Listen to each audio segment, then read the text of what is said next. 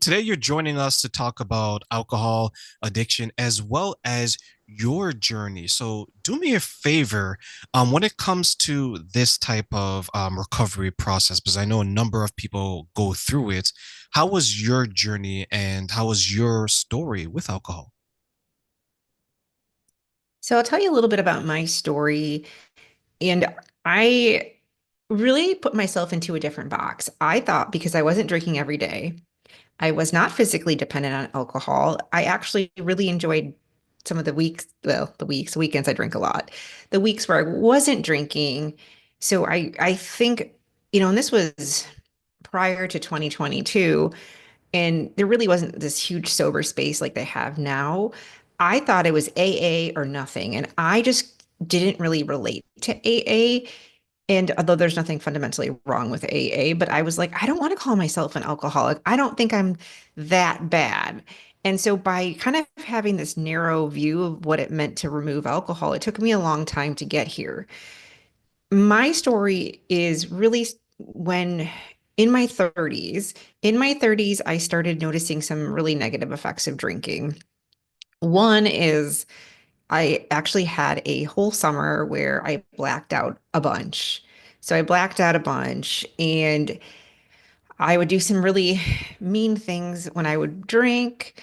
I would say things I didn't mean, but then I would drink maybe at the next weekend and I would be fine. And so it was kind of like one foot in, one foot out that sometimes things would go well and then some things wouldn't go well. And I just thought like maybe if I could moderate or get my drinking under control, it would be better. And again, because I didn't drink every day of the week, I thought like I just couldn't quit drinking. I thought I had to just like figure this out. If I could just get control over this thing, everything would be fine. What started happening is my sleep would get disrupted. So I'd wake up sweaty sometimes. I would wake up at 3 a.m. with anxiety, and it was becoming really problematic. I would force myself on Mondays to work out because I was good during the week. I did my thing, and that's what I had to do. But often I'd wake up inflamed, feeling awful. And sometimes I would overeat when I would drink. And it was just like this vicious cycle, but everybody around me drank. I lived on the lake. That's what you did.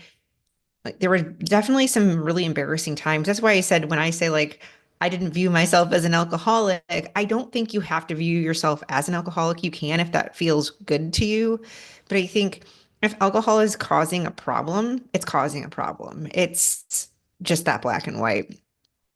So I didn't really um get any help or like even go on this journey until I moved to Florida in 2021.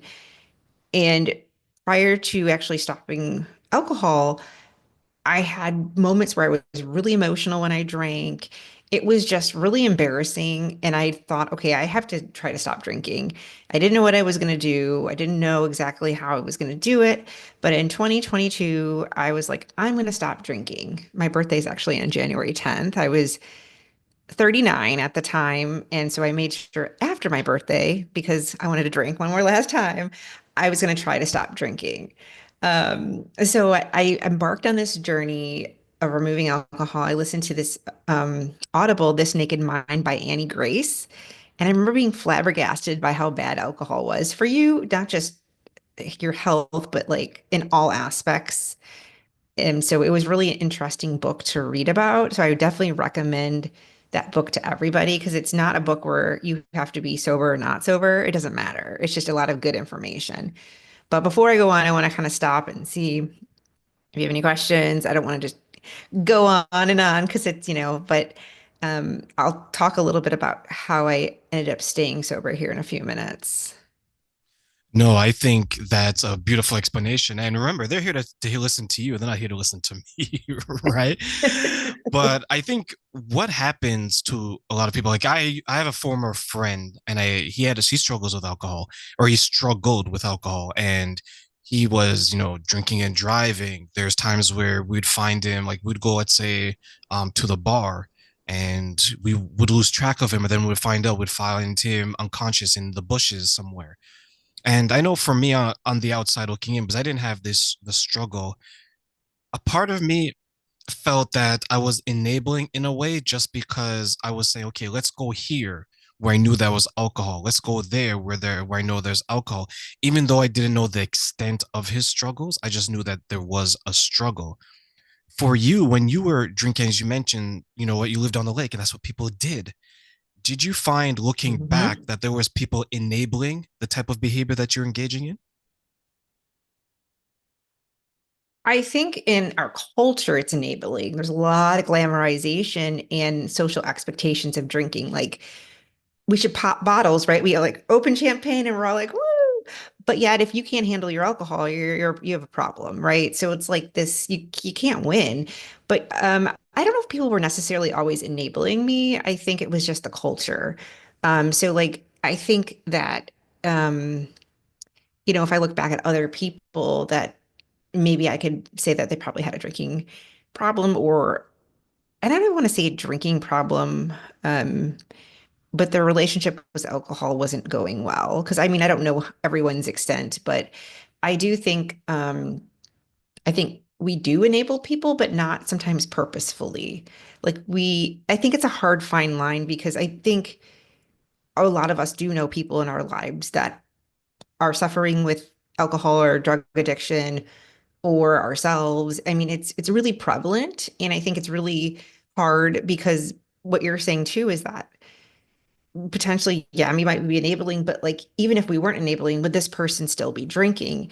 Because we don't have that control over somebody else. And I think that's obviously a huge topic in itself. But I don't think anyone's, I think that it was just the culture. Like everybody drank. And I think the problem is when we try to keep up with people, appearances and what we're supposed to do, it's hard because not everybody can drink the same.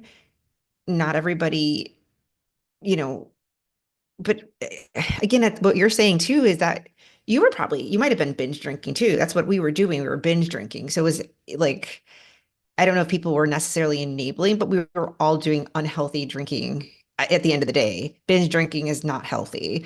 And a lot of people don't admit either that they feel like they have a problem. So, and it's hard because, yeah, sometimes people go to an extreme, but like, how do you address it, right? Like, especially if you're part of the extreme. So it's kind of I think it's all very sticky. It's a sticky topic. And we don't, in our culture, again, we don't talk enough about the real downfalls. Like, we talk more about the excitement of alcohol versus the really reality of the next day.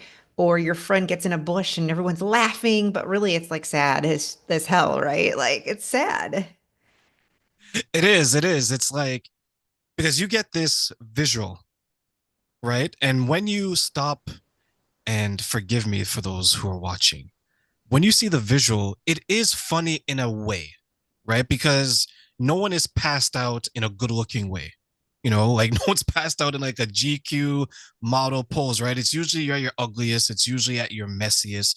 You know, you're very vulnerable in a sense. And I look at alcohol and I remember, and you and I look like we're around the same age. I remember the commercials being so upbeat, being so incentivized, right? Like, especially, like, I'm going to take it from a male's perspective, right? From a man's perspective. I remember the commercials, whereas you get alcohol, and a few minutes later, the most attractive girl in the room is on your arm, you know, right? Like, everyone around you Yep. is having, you remember that? I remember that, Mhm. right? So it's like, if I was young and impressionable at that time, which I was, I can see why so many people my age were falling to it because as a man, like I didn't have women that wanted me or I wasn't dating women that looked like that in the commercial, right? So I'm like, okay, you know what? I have a beer of this or I have a shot of this. The most attractive girls going to be around me. You look at like when you go to clubs and bars, what's one of the incentives for you to get the VIP booth? You have to buy bottle service, right? So it paints this image that alcohol is so attractive because everyone around you becomes attractive. But then you mentioned the dark side and you mentioned the culture. And I want to get your perspective. How much of an impact do you think the culture of drinking has on people? Oh my gosh, it's astounding. And I'll give you some examples and also share a little bit of my journey about what was really hard for me when I stopped drinking. This is part of it. So the glamorization, like what you were saying, and the romanticizing of alcohol, pairing it with social status. Like, look at Sex in the City. They're drinking like their Cosmos, like having like fancy shoes, and like it's like this warped world of like, this is what classy people do. However, the problem with it is that it goes into our subconscious. So my son, who's going to be 10, he went on a vacation. I didn't drink, but everyone around us, like a lot of people I was with, drank. And he told me, he goes, when I'm 21, I'm going to drink. And it's not because like he knows that alcohol is addicting, right? Because he hasn't been exposed to the addicting nature of alcohol, but it looks really freaking fun. And the problem is that we don't know what's fun and what's not fun without alcohol. We think alcohol brings the party. We think it's exciting. It's what you do as an adult. It's like that exciting thing. When I turn 21, I get to drink. And so if we see this over and over again, like ads, like the subliminal message about, like the banana and the vodka only has this many calories, When you see that over and over and over again, it goes into your subconscious. What does that mean? It doesn't become a conscious thought. Think about driving. We don't think about driving because it's now in our subconscious. That same thing happens with alcohol. So you think it's helping you sometimes having this perceived benefit. It's alluring. So when we stop drinking, or when you're still drinking, you can't fathom having like a life without alcohol. It seems very difficult. So if you've been drinking for 20 plus years, it's also addicting. Number one, it's extremely addicting. It's really weird when people remove alcohol because it's like, how am I supposed to function? And it's a normal thought because you've been programmed. So this is the issue when things aren't talked about, is that people are like, aren't sober people boring? I used to think that, and no one directly told me sober people were boring. Somehow in my brain, that is what I thought. And again, like in my son's, when he was younger in the children's movie, they had mice drinking wine. So like it showed to children that that's like a normal part of being an adult, and that's fancy. It's fancy to have an expensive glass of wine. And over time, again, that gets implanted in your brain. And then you're like, okay, well, that's what we're supposed to do. So when people talk about removing alcohol, one thing that's difficult for people, one, not all, is the fact that your social expectations. Who are you without alcohol? What are you going to do on vacation now that you don't drink? You don't celebrate on vacation anymore because that's a part of it. And so this gets ingrained. And if you're like me, now this was a little bit ago, like I just didn't think I had to stop drinking. I thought like only bad people did. Because again, those were things that I knew about. What do we hear about? Oh, people that have severe alcohol problems are homeless or they're on the streets. You can be very functional, have a master's degree, have a full-time job, raise a family, and have a problem with alcohol. It's a myth that you have to be rock bottom. And I hope you don't go rock bottom, because surely that's not going to be a good place to be. So that's kind of my thoughts on that, is that unless we start telling the truth about what the real effects of alcohol, people unfortunately don't know. And so your comment about enabling, it's not necessarily that we're enabling people. We don't sometimes actually know any better because we've never been taught any better. 100% agree. I think a lot of the myths, as you mentioned, are a result of that. We like romanticize it. And you mentioned something that I wanted to get your opinion on was, who am I without the alcohol, without the addiction? When you first saw yourself with sober eyes, what is it that you thought of yourself at that time? So my stories are probably, I don't know if it's unique, but so initially it took me about, so I stopped drinking in January of 2022. Then I drank again in the summer of 2022. I had a lot of social pressure and it was really hard. I officially stopped drinking in November of 2022 and I haven't drank since.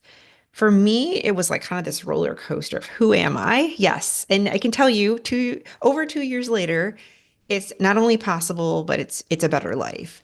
But for me, when I stopped drinking, I didn't get any support. Like I didn't do anything. And I would not recommend that. But for me, it was like, who am I? But also, it was really hard because everybody around me drank. That's what the weekend sometimes still entailed to some degree. Even though I had a son, I wasn't drinking. I wasn't drinking again Monday through Sunday, but it was very much a weekend thing. And I know a lot of people do drink on the weekends as a wind down. So for me, it's like I romanticize alcohol so much. I actually had very, very bad anxiety in month two of removing alcohol because I didn't know how I was going to go on vacation. Well, like I literally had like almost a panic attack. Like, how am I supposed to like go on vacation and not drink? And so for me, it was like kind of in stages. So I think for me, it was like for the finding myself was finding what kind of gave me more joy and more purpose. And so that was kind of something I had to find out like, okay, what really does excite me now that I don't drink?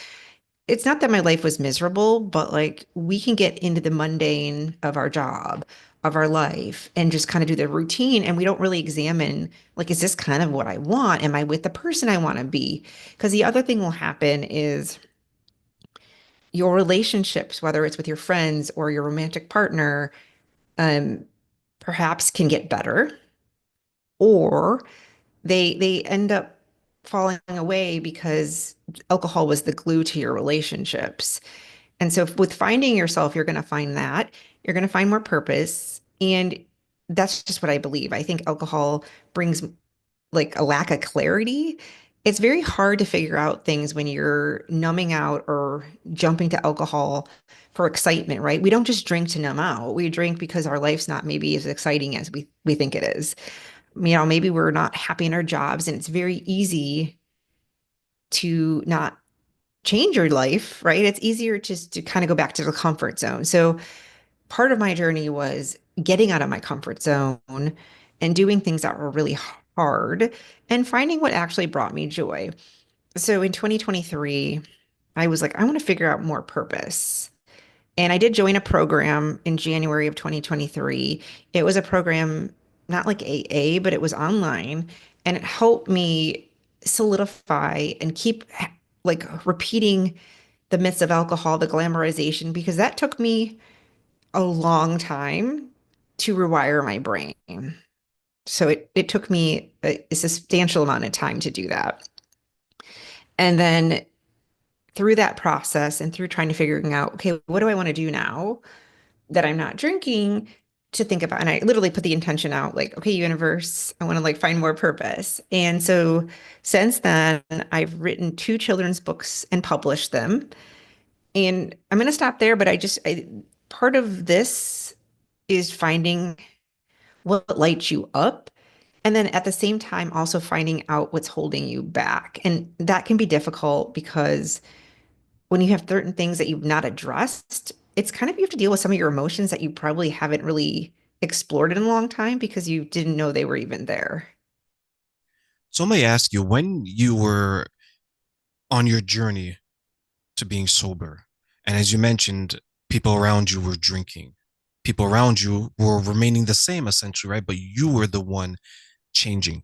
What were some of the struggles you went through with some of your relationships at that time as you were sobering up while everyone else around you was still drinking and still remaining the same? So the biggest one was probably with my husband. So it's not, I, I have lots of different thoughts about this.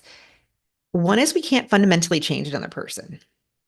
So I think that that's really something that's important to understand through this whole process. We can only change ourselves. But for me, it was difficult with some of my friends, but not all my friends, because as a lot of us have gotten older, people don't just want to drink. Um, but like I also have to do things outside of like things that revolve around drinking. You fundamentally do change when you stop drinking and you work on yourself. Like you can't go back. But with my relationship with my husband, it was difficult because I don't know about you, but going out on the weekends with somebody who's drinking and you're not, and they're drinking to like get buzzed. It's not like they're having a cocktail. You know, it's a little difficult because the connection piece isn't always there. And you're like, what do we have in common? And so sometimes that was difficult for me. And, I'm not going to go into terrible detail about, the ending of my marriage, but ultimately we did separate and we are going through divorce. And it's not just because of the drinking, but like you do find if you truly have a connection. And the other thing is sometimes when we are drinking, we're playing small in our relationships, in our life in general, and we're a little disconnected from our intuition. So in relationships, I think, sure, you can still be with someone that drinks if you're okay with that. I think some people, not everybody, I think some people don't deal with the relationship component sometimes. They kind of just do the thing. And some people's relationships are fine, and some people they get in a better relationship because they stop drinking and they aren't doing mean things. I definitely in my past have said some pretty not nice things when I was drinking to my husband, but relationships are difficult. So that was definitely hard for me. And then, you know, again, your boundaries change. So if you go out and do the same thing, this is what I found. You might like the thing you do, but when you're sober, you might be like, huh, do I actually like doing this? Or do I like doing it for as long of a period of time? And you trick yourself to think that maybe that you're not having fun because you're not drinking. Again, it might not be a conscious thought, but really your boundaries and what you like to do change. So, like I said, sometimes I like to stay out late. Sometimes I'm like, I'm tired. Or people just get too drunk and they're annoying and I don't want to be around them because it's like basically there's no connection. It's like talking to a wall sometimes. I used to date someone that was drinking, like it was her thing. And the reason why I'm sharing this is because, similar to you, I know how it feels because sometimes the drinking mask certain things that if everyone was sober, you begin to see them, right? So in this example, she would come over half in the bag and expect certain Mm. things to happen on a romantic level, right? And for me, I always had a hard rule that I don't engage in any type of intimacy if there's alcohol, if the person is fueled by alcohol, either myself or this other person, right? God forbid, Me Too movement. So the reason why I say that is because you don't know what can happen, because the thing with addiction is many times people aren't of their right mind or of their conscious mind, right? So I think people simplify and minimize the impact that does have on the relationship, especially when one stops participating in that addiction or if one didn't have it at all. So when you share that, it made me remember that because there's so many people out there who's struggling with addiction and they're like, okay, this person is going through this. And I'll ask you, if you went through this, do I leave when this person is struggling with this? Or do I help them to get out of it and then I leave? Right? Like, what would you say to the person who's battling that, where they're like, okay, I don't want to leave this person while they're going through it, but I have to make a decision. Do I compromise myself for that person and then leave, or do I say, okay, you know what, enough's enough, and I step out? What's your thoughts? So I think I'll give you my opinion, and I'll also say that it's very easy to because I remember when I was like hearing stories, and my husband did not cheat on me, by the way. Hearing stories of people cheating, and I'm like, why don't they just leave them? Like, I would never stay in that. And then you have your own separation, and it's really hard. It's awful. And then you're like, oh my gosh, I totally get why people stay with people. This is the thing. There is no hard and fast rule. I would say this is we cannot control another person. So somebody else's addiction is not your, I guess, I don't want to say problem to fix, is that you can't get somebody sober. They have to do it themselves. Addiction's hard. There's a lot of like some people lie a lot. It's just a hard disease and there's different levels of it. So someone might not have like a true alcohol, like a severe alcohol addiction, but maybe it still bothers you that they're drinking. So I think you have to see what your boundaries are. My thing is being honest with somebody and telling them what you're experiencing. Um, you know, I'm feeling this way, this is what I'm thinking, and kind of getting their thoughts. If you're not sure if you want to leave someone, you can try therapy. At the end of the day, though, you have to make a decision. It, I think it's not an easy decision to make to leave somebody, especially if you've been together for a long time, you have children together. Like I literally like listened to a bunch of audibles on people separating and statistics on children, and because it was like really hard. And even though I'm the one that ended it, it's still hard. And so I think addiction and drinking, it's really challenging. I would suggest either getting help. There's like Al-Anon. There's other ways to also get support that like at the end of the day, you have to make the decision, but there's no wrong or right way to do it. But like I think sometimes people have to do it in increments where tell somebody maybe you need to go to therapy.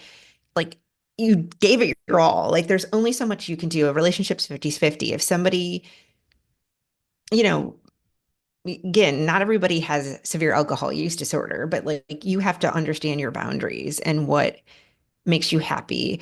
And I know the whole kind of cliche, life is too short, but I can tell you this, like it is far more worse to be in a relationship that's not reciprocal, that's not healthy than it is to leave somebody because again, they're both hard. It's just your future depends on which hard you prefer to take. That's a difficult part of it, I think. You have people on the outside. Like on the outside, it's so easy to tell someone to leave, right? Like that's the solution for everything. You know what? Hmm. I'm in a relationship with Chrissy and she looked at me the wrong way. Leave her, Terrain. Like we we just find it to be the end all and be all. But then when you get into it, you're like, okay, I invested in this person. I may have a child with this person. I have a house. I have finances connected. You have all these things connected. And really, I tell this because I work with women who are at risk, who have been either financially abused, physically abused, and so on. I tell them that, and this goes for anyone, men and women, when you look in the mirror, ask yourself this question: did I try my best? Did I give enough effort? Whereas if I was the one who was asking for effort, I would be happy with the effort that I gave. If you can answer yes to that, then by all means, you can leave, right? But I think sometimes people make the rash decisions. They're like, you know what, I can't deal with this. And that's fine if it's a deal breaker. But sometimes the situation is made worse by the outside voices of people, of friends, right? Is that something that you went through where, as you were, because I know, let me ask it a different way. I know some people who have gone through who've gone through their battle with this, and people who have no idea what's going on either in your life, your family's life, or your marital life, they seem to pass judgment, and that judgment sometimes is that like voice in our ear which Hmm. is making the situation worse. Did you have that voice in your ear, and if so, how did it affect you? So, before I answer that, I do want to go back to is sometimes, again, there's no right or wrong. Unless, I mean, if someone's getting, I do think like I'm a social worker, so I do think that there's a safety thing, right? Like, there's always like sometimes people are just really not good people, and they're not. I think when it comes to a like if somebody's truly they have addiction, they're in shame, they don't want to admit it, they will do things to you too. So I think, are you being gaslit? Like getting more information, and also turning into your intuitive body. Like sometimes we want something so bad or we don't want something so bad, we ignore the signals. And at the end of the day, no one can answer the question of whether you should leave somebody. But something I did, I wrote down all the things I would want in a partner because I'm telling you, you change when you stop drinking. You just do. And also, no one should shame you for changing. You were meant to grow. I wrote all the things down that like I'd want in a partner. And then I compared it to my current partner. And I'm like, hmm, it's interesting. They don't have a lot of these traits that I'm really, really like and I want in a partner. So I think sometimes we can ignore the things that we really need. And it's not that this person is necessarily bad or good. All, maybe they're not a great person. I don't really know. I can't answer that question. But it's not that they're good or bad. It's like, are they making you happy? And I think those are the better questions to ask yourself. I also think that you have to be careful who you tell things to. But I also think not telling anybody anything if you're in a relationship that's like kind of destructive. I think that's also can be problematic because then um, y- so I think it can go either way. So you have to be careful. You can't tell the whole entire world about your relationship because everybody will have an opinion. But if you can pick the right people or a therapist or a coach or somebody to talk to, sometimes we can come to the decision ourselves by just talking it through and kind of bouncing things back and forth. The one thing I would say is that if someone's like, leave them, they're so bad, that can sometimes not be accurate information because, again, there's always two stories. There's like their story, your story. And I think the best thing you can do is talk to the person and communicate at the end of the day, if it's safe and if you feel like that's an open space. If you can't talk to somebody and it becomes problematic, I also think that might be an issue that like either there's a reason you can't talk to that person, you got to figure out that what that is. But I also think that some of your friends can be your best advocates because again, what I don't think people should do is not tell anybody, especially if you have somebody that has like a really problematic behavior, whether it's gambling, sex addiction, anything, and you don't tell anybody. And then you're kind of almost like hiding it because you're trying, I don't know, I think sometimes we don't want to face the reality. And then we're almost like compensating for them and sticking up for them when truly there's something really deeper going on. So I think, again, I know this isn't a concise answer to your question, but I think it really depends. Um, if you're telling 14 people the story, you're going to get opinions. And sometimes you have to be front with people like, hey, I don't really want an opinion. I just need a vent. Um, I don't know what I want to do, but I need to tell somebody and maybe tell people up front, like, I don't necessarily want that opinion because I'm scared or whatever. Sorry, that was a long answer, but I think you know, um, I think these things can be kind of not straightforward. What do you think then are some of the obstacles that people face on their journey to recovery? So obviously relationships, friendships, relationships. Also, too, some people really damage some of their relationships. So it's building back the trust. If you've lost the trust, that can be a huge thing. The shame and guilt. So there's a lot of shame and guilt in, when you're trying to remove alcohol and you've said things that were embarrassing or you've let yourself down. And again, it's a spectrum. You don't have to necessarily do all these things. I think the one thing that's really challenging, obviously, it's the acceptance that it's okay not to drink. It's socially acceptable to be sober. I think that's a huge thing, like we talked about. And I also think processing your emotions. I I cannot stress this enough. Even weekend drinking, even weekend drinking, you could honestly be like not realizing you're kind of running from something, right? And it's again, we don't even know it, but like I'm stressed out on Friday. Every Friday I drink. Number one, you create this habit loop in your brain. So like you drink every Friday, which is why part of why people have a hard time stopping drinking because it's a habitual habit, right? It's something that your brain is wired now. But my point being is you've learned that's how you deal with stress. So you sometimes don't even know how to deal with stress. Some people say to me, "Oh, I'm just more funny and I dance better when I'm drinking." So you've told yourself that. And so it's also, okay, well, so you're not funny or you're not a good dancer. You're like bad at everything when you're sober. Essentially what you're telling yourself. I suck at everything. I can't manage my stress. So again, I don't blame people because we're conditioned to do this, but we are also not dealing with our stressors. There's a huge percentage of people that are unhappy in their jobs. They're unhappy in their relationships. They're depressed. They're anxious. And not that removing alcohol is going to solve every single one of your problems, but it's going to help you get to the solution for a problem. If you keep numbing out or escaping with alcohol, you'll fundamentally have a real difficult time to get a baseline of how you are when you're not drinking. and to actually solve the bigger issues because you still might have stress, right? You're still going to have stress, but alcohol increases your cortisol levels, so it makes it worse. So you don't even know what a baseline is.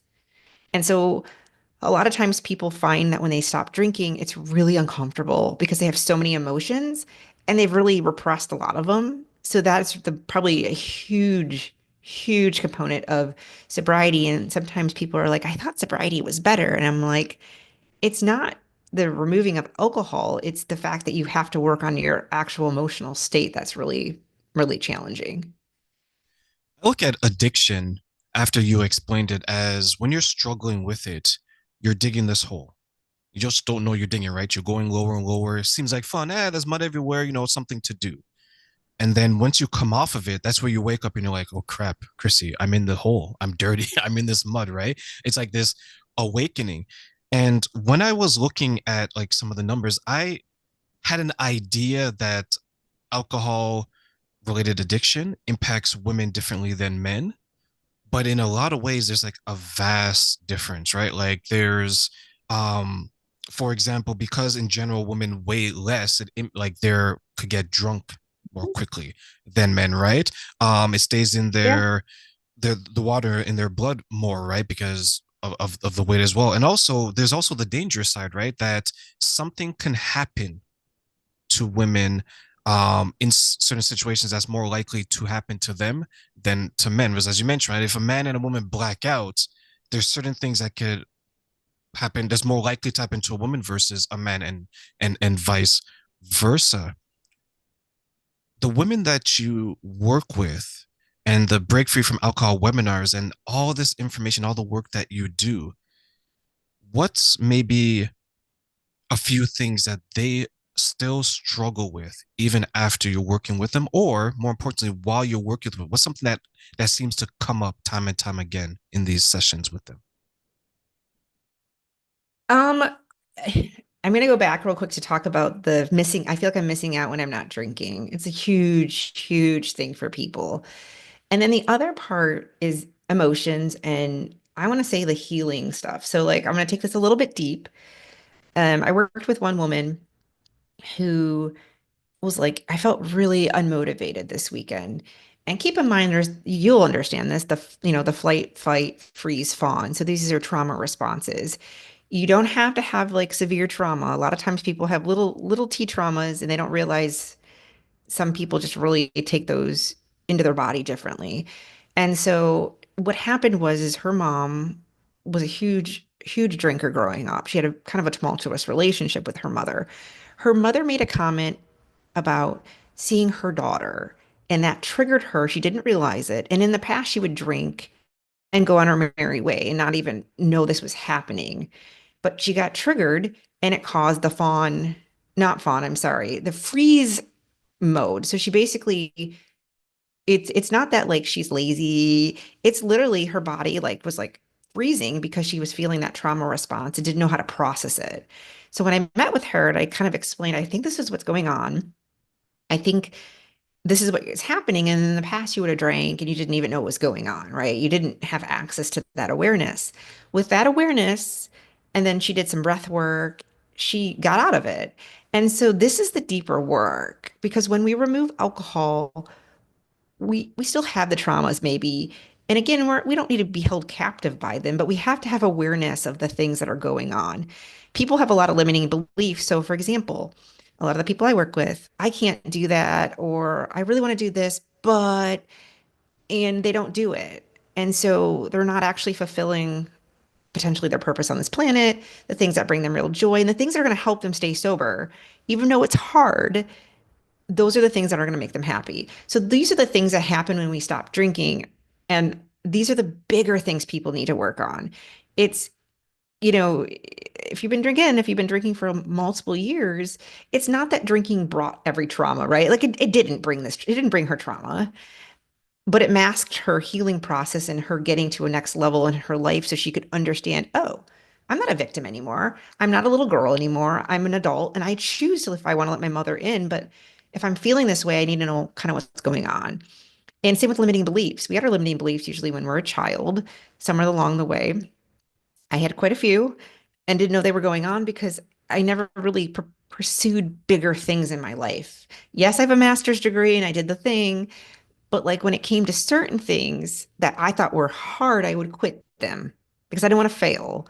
And I somehow learned that along the way. So these are the things that happen when we decide to stop drinking. And if you don't know they're happening, it's really easy to go back to what's familiar because we all know the brain likes the familiar, wants to keep you safe. And so this is why this work is so important. It's, it's just, it's the way we are going to get happier is we have to deal with the things that we've been putting off. And then we don't, frankly, we didn't know, and it's not our fault. None of us, I don't know about you growing up, but therapy wasn't a thing growing up when I was, younger. And our parents, parents have traumas too. And yes, of course, some people have way big traumas and it's a lot more catastrophic. But again, and I don't, with the population you work with too, like I'm in the midst of editing a book that I've written, and I did part of it. I looked at like PTSD and alcohol addiction, and huge, huge. And I work with veterans as well. So like, and I used to work in substance use. You will see that staggering numbers of people that have had some type of PTSD, some type of high level trauma, and they are using alcohol to cope. So it's a real big problem. It's used as a coping strategy, and it essentially makes it really hard to get well. And how can we face the trauma, as you mentioned, right? Either it's a small T trauma or big T trauma, to ensure that we're not using alcohol as a coping mechanism, like you described. I think that, like, obviously I can't speak to each individual person. Sometimes we actually need to get some help. Like, we need to actually work with somebody to get these things kind of under control as far as awareness goes. So again, we all have a past. And like, let's say you don't feel worthy and you don't feel good in your body. Again, that's trauma, right? It's something you learned in your childhood, likely. And then whatever you do after that. So when sometimes people are like, I'm just not motivated, or they people please, these are all trauma responses. So if you don't have awareness, because some of us just don't have the tools, we don't know. So sometimes, you can read books on different things with trauma. The body keeps a score, and all these different things about trauma, stress, cortisol, and understanding the connection is really important. But ultimately, like you're listening to you or like listening to different podcasts. So you can try to like, I mean, you can Google anything, but if you're finding yourself, um, like if you were to Google trauma responses, like what's a common trauma response? You might see brain fog. You might see like sometimes people freak out when someone says something. So I'll give you an example. Normal, like let's say you get an email from your boss. Like you might go into a spiraling hot mess. And so you're actually like, maybe you're like, again, the fight, flight, freeze, fawn. So the fight, it's what it sounds like, right? Like, freeze, you're freezing, you're kind of like, you're not doing anything. Let's say you have a ton of work to do. And you get overwhelmed, and then you're like, you do nothing. And again, these are learned responses. We've probably done them over and over again, and we just don't know and we don't know we're doing it. So I guess my point of all this is having an idea that you're doing these things. Like for example, I'll give you something I've worked on. I've worked on quite a bit. For me is what I would sometimes do is overreact, and respond very emotionally. I would freak out, and I've had to like really do some breath work and okay, I can't respond right now because I'm going to respond from a really emotional place. I need to chill out, get regulated so I'm not responding in this aggressive manner that's not going to serve me. And again, I'm sorry if this is a long answer, but it's not so straightforward because trauma is a beast of a topic. It's a beast of a topic. It can be trauma, PTSD. It can be something that keeps you in it for much longer than you'd want, just because in a lot of ways it's comfortable, right? And it's hard to deal with. Like I don't think there's anyone out there that would raise their hand and says, okay, I want to live in my trauma until I die. Right. I think a lot of people would want to come out of it, but the thing is like how? And some people just don't know how. And there's a point in time where asking for help was a sign of weakness, right? And you go to people, and sometimes, as you mentioned, right, some people could be very supportive, and some people not so much. And I find people who are experiencing a certain type of trauma or addiction, many times it just takes that one bad experience from a support perspective that shuts them down. They don't ask for assistance anymore. And then there's a sense of shame, right? Like, am I really an alcoholic? Am I really addicted to sex? Am I really a drug user? Like, and then you begin to internalize a lot of the emotions that you feel because you don't want other people to go there, especially as you pointed out earlier, if you're high functioning, right? Like, let's say you're a manager at a Fortune 500 company and you're alcoholic, like you don't want that to get out because you're gonna the reputational damage, the image that you've polished, that you've crafted. Maybe in your maybe in your experience or what you've observed, how impactful is the opinions of others and or the shame of the journey on the person who's going through it? So if you ask for validation and opinions for people not on your journey, you will not get what you want. People will not understand. It's just, honestly, it's just what it is, what it is. Because I can speak from personal experience. I would ask people, like, almost like I wanted validation for what I was doing because I was like, removing alcohol is really hard. Um, I also think, again, it really varies, but like, because I like didn't drink all the time and was like, I'm not that bad, am I? I think that was really a huge blocking for me. And then other people were like, well, you're not that bad. They confirm the thing that you're thinking, even though deep down, you know you have a problem, or you know that whatever you're doing isn't working for you. And so when you ask somebody something, you almost want them to tell you something so you feel better. Like, oh yeah, you're right, I'm not that bad. Okay, I can drink. And so you have to be real careful because you're not going to get the answer you want or the answer you actually really need. So I would always suggest getting some level of support. Sobriety will be fundamentally much harder if you get absolutely no support. It's hard to stop drinking.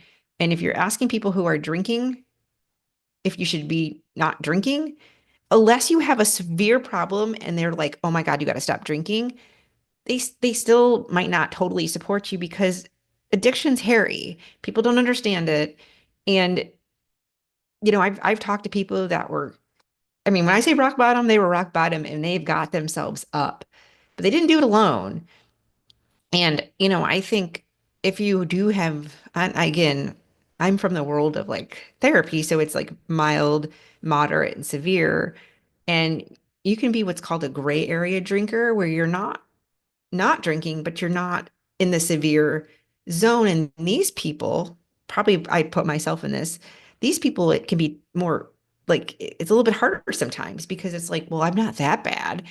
And again, when we search for people to validate us, you know, again, if you're not asking the right people, you're not going to get probably the most honest answer. And also keep in mind, some people want their drinking buddy, man. They want their drinking buddy and they don't want you to change. They want that person. So I think, again, I can't reiterate with the trauma, with the substance, with creating a better life for yourself, get help. Like it'll save you time, money, energy, your sanity, your future. So as we close, Chris, let me ask you this question. If you had three wishes, okay, I'm going to grant you three wishes. What are three things that you want people to know about the journey to being sober and why? Oh my God, that's a good question. So three things. One is I'm big into intuition. I'm really big into intuition. The one thing is if you're constantly thinking about removing alcohol and you don't have to be bad, good, take that all, take it away. Take away what you think people should be or how you should look. What do you really want? If you think about not drinking a lot, it's your intuition, it's your gut telling you to go that route. And I say that because, well, number one, I've had some crazy stuff happen to me. Once I stopped drinking, I heard myself say, doors will open if you stop drinking alcohol. And they have. So your journey is a rippling effect. You can't imagine what will happen if you do it. It's easy for people. And the second thing is, it's easy for people to think about what you will lose if you get sober. What am I losing? Start thinking about what you might gain. New friends, better job, better health. Think of the things you could gain. And lastly, I've met so many people in the sober space. Get help. And I know I've said that before, but get some help because, or follow a bunch of people who are sober on Instagram, or do whatever you need to do to kind of just creep into the space and get curious. Get curious about your thoughts, get curious about your life. And a lot of times people dull themselves and dim their light. And to me, sobriety is all about shining brighter and figuring out who you are when alcohol isn't stealing your joy.